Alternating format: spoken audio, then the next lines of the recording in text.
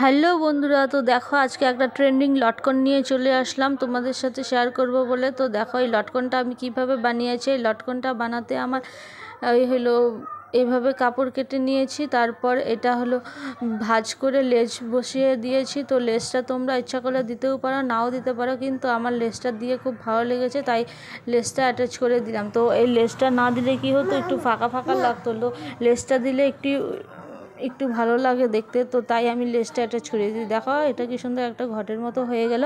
তো এইভাবে তোমরা বানাতে পারো। তারপর আরেকটা কাপড় নিব। তো দেখো কিভাবে বানাচ্ছি আমি, এভাবে তোমরাও ইচ্ছা করলে বানাতে পারো। তো দেখো এরকম করে আরেকটা কাপড় নিয়ে নিয়েছি।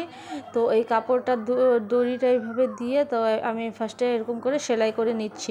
তো তারপর এটা উল্টিয়ে নিচ্ছি। তো উল্টানোর পর এটাতে আমি কিছু কাপড় টুকরো টুকরো করে রেখেছিলাম, তো সেই কাপড়গুলো আমি ঢুকিয়ে দিচ্ছি।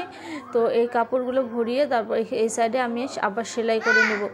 তো সেলাই করার পর তারপর আমি এটা এইভাবে আরেকটা লটকন বানিয়েছি যে ওটাও ভরিয়ে নিচ্ছি। তারপর এটাতে আবার লেস অ্যাটাচ করব। দেখো কেমন দেখাচ্ছে। তো আরেক সেই লেসটা যেটা ওইটাতে বসিয়েছিলাম সেই লেসটাই আবার এটাতে অ্যাটাচ করব। লেসটা অ্যাটাচ করার পর দেখো আমার লটকনটার ফাইনাল লুক। তো দেখো এইভাবে তোমরা বানাতে পারো। এইভাবে তোমরা লটকন বানিয়ে ব্লাউজে দিতে পারো বা লেহেঙ্গার পিছনে দিতে পারো। তো দেখো তো কেমন লাগছে। আমার লটকনটা তো খুবই পছন্দ হয়েছে, তাই ভাবলাম তোমাদের সাথে শেয়ার করে দিই। আর যদি তোমাদের ভালো লাগে থাকে তাহলে একটা লাইক করে